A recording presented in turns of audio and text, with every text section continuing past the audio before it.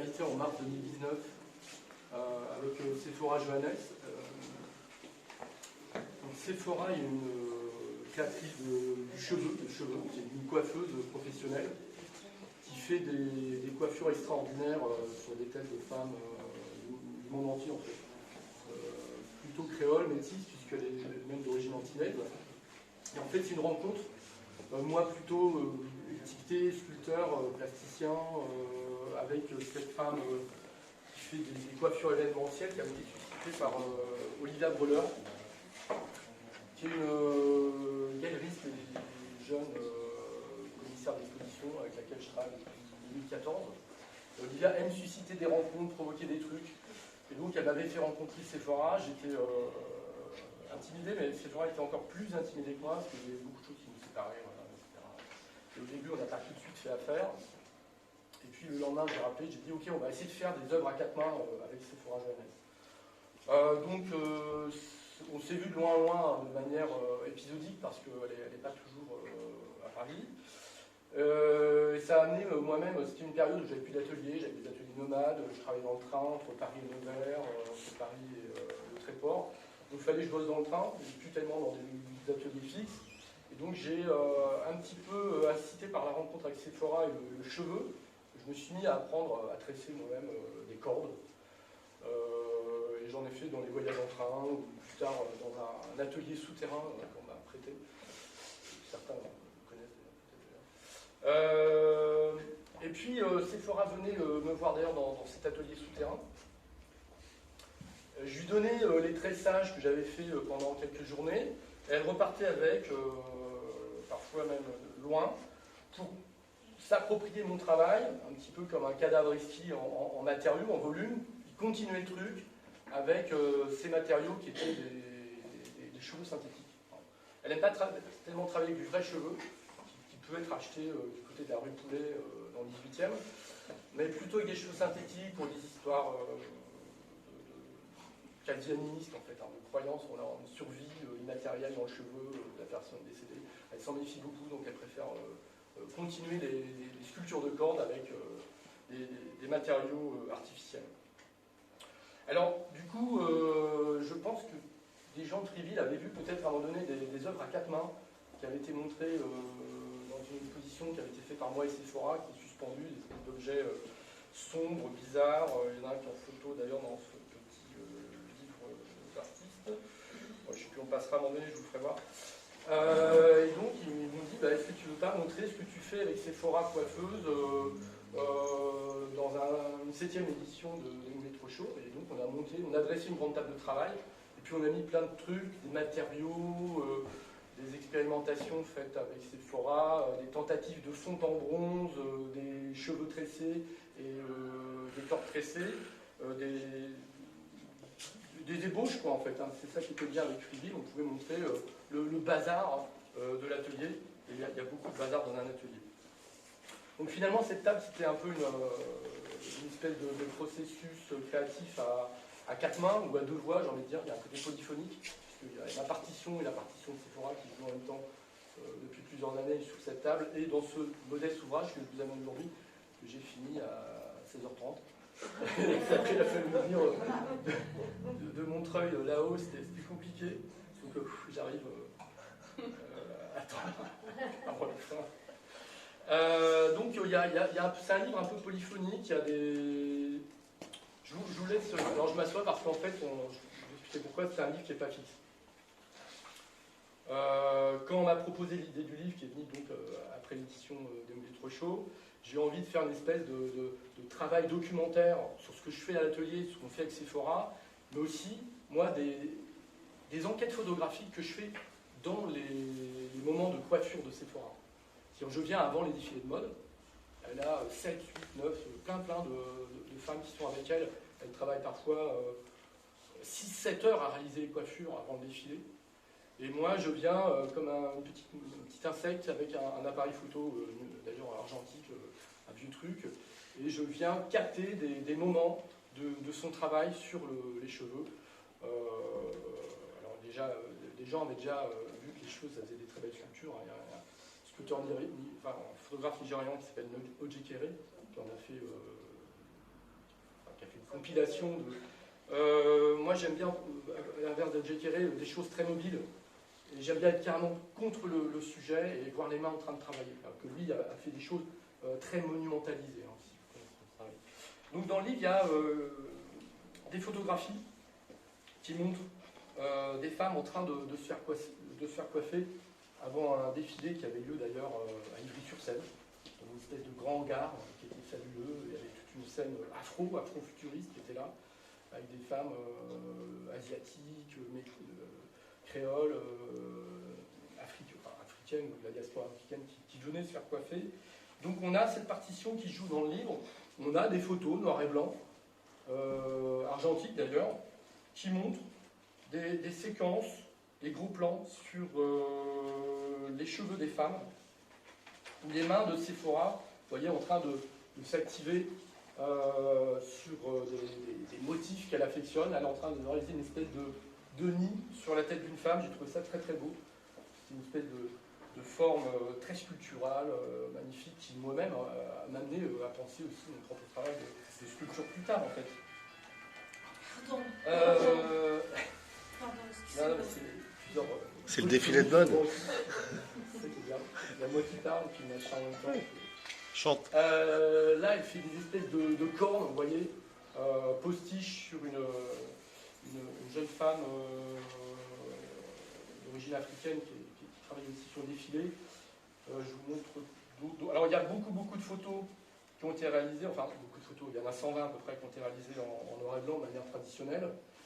Et moi, ce que je proposais, c'est qu'à la limite, il y ait déjà des éditions un peu comme ça, customisées pour Freeville, où à la limite, les choses peuvent être mobiles, interverties, permutables, grâce à un système mis au point par deux relieuses géniales que j'ai rencontrées grâce à Charlotte Pertas. J'ai été les rencontrer à Madrid, elles font ce qu'on appelle des reliures japonaises. Vous voyez. Donc ce sont en fait 4 cahiers qui viennent. Tout est mobile, permutable, peut être sorti, remis. Et l'usager, lecteur d'images, peut à tout moment recomposer le livre comme une sorte de micro-objet sculptural ouvert en fait. Hein. Et puis, même si vous voulez avoir un Emmanuel Rivière qui vaut 1,40 €, vous pouvez sortir une photocopie et la mettre au mur. Sous cadre. Le cadre va plus cher que la photocopie. Donc vous voyez, il y a des trucs comme ça qui peuvent être faits. Une photo, couleur. Alors là, c'est un essai de... Je vous ai parlé de polyphonie, là c'est plus ma voix qui parle dans cette image. C'est des tressages en corde qui n'ont pas été donnés à Sephora, mais j'ai donné à Gonzier, dans le nord de Paris. Et on a fait des essais de transfert de la corde vers le bronze, et ça a complètement raté. Ce qui était très déprimant pour moi, parce que j'avais donné du fric d'avance au Gonzier pour qu'il fasse ce truc. Et alors lui, il était complètement défait aussi, parce qu'il a son nom en jeu. Il me ramène des trucs pleins de trous. Et j'ai mis un mois à encaisser le coup, et j'ai dit, génial, je vais les réparer. Donc je vais les réparer avec la corde noire, qui va combler les manques qu'il y avait eu à la fonte. Et puis il y a même eu d'autres exemplaires, on a même carrément gardé toutes les cheminées, les cônes de coulée, enfin tout le travail du bronze qui est normalement caché en fait, défait. Polyphonie, oui, il y a aussi, je crois que le travail, la rencontre avec Sephora a été aussi l'occasion de redonner une dynamique aussi à mon travail de dessin. J'avais un travail de dessin plus abstrait, et d'un seul coup je me suis mis aussi à vouloir faire rentrer des choses de l'ordre de l'hybridation, du tressage, du nœud, par tout un jeu de transfert aussi que je bricole sur la table de dessin. En fait, j'ai des motifs que je dessine, et après des photos de cheveux que je fais, d'après les séances que je fais avec Sephora, d'après aussi des photos de Jay Carrey que je pique, parce que j'adore ces photos, donc je prends quelques gros plans aussi parfois qui m'intéressent beaucoup. C'est un peu toujours les mêmes d'ailleurs. Je noircis ma feuille comme vous savez, bon vieux papier carbone qu'on avait pour les quinquagénaires que vous avez connus, parce que les autres ça ne vous dit rien. Et donc comme ça, ce procédé de report avec le noir, je peux de page en page le multiplier comme une sorte de décalcomanie. Ce qui m'arrange bien parce que parfois quand on commence une séance de dessin, on n'a aucune idée. Donc je peux démarrer mes séances de ça avec zéro idée, j'ai plein de transferts dans des tiroirs, que je sors, je noircis, puis je fais ça, puis après ça vient, et je continue. Donc il y a aussi cette voie-là, la voie du dessin, qui jouait aussi dans ce travail de livre. Alors ce qui est intéressant avec la beauté des rencontres, c'est qu'il y a toujours une différence et aussi des concordances.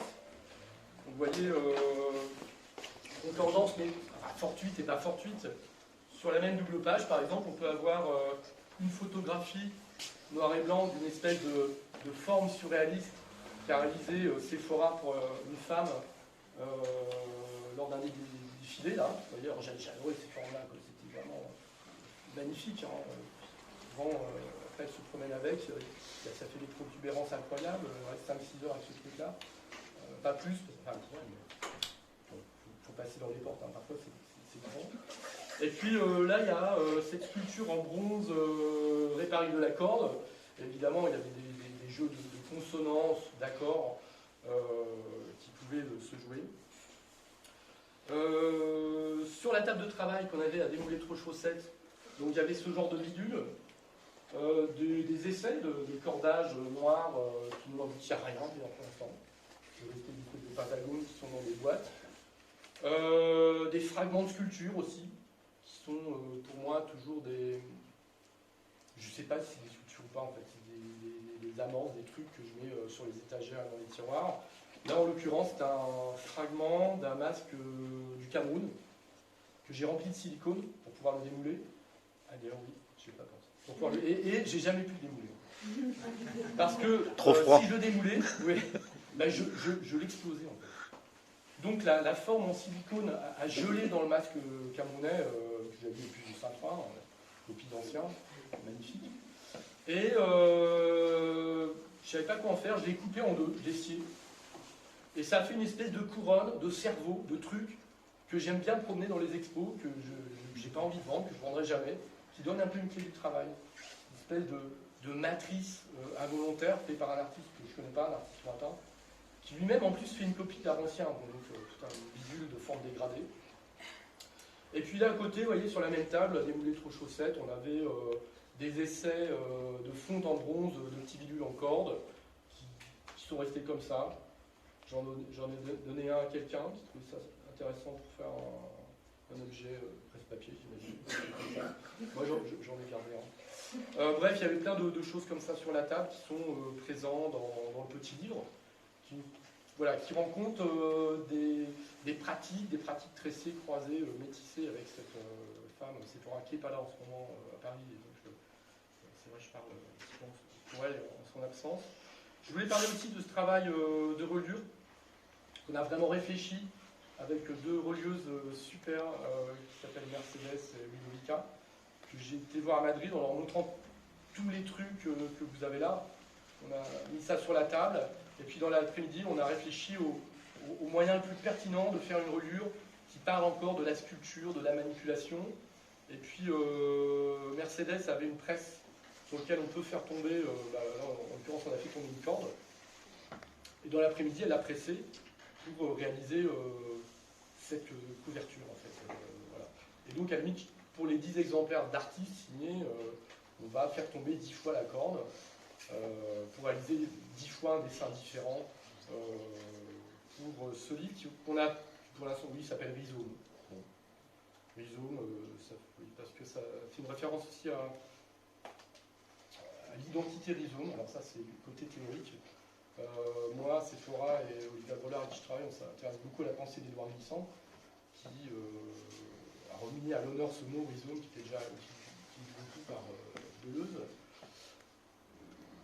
Un peu contre l'idée d'une identité fixe, une racine, un truc qui ne bouge pas. Glissant, au contraire, rêve d'une identité qui circule dans le monde, à travers les gens, et aussi dans les rencontres avec ces personnes, Sephora et puis donc ça vient plus de Édouard Glissant. Bon, après, on peut aussi en parler. Hein,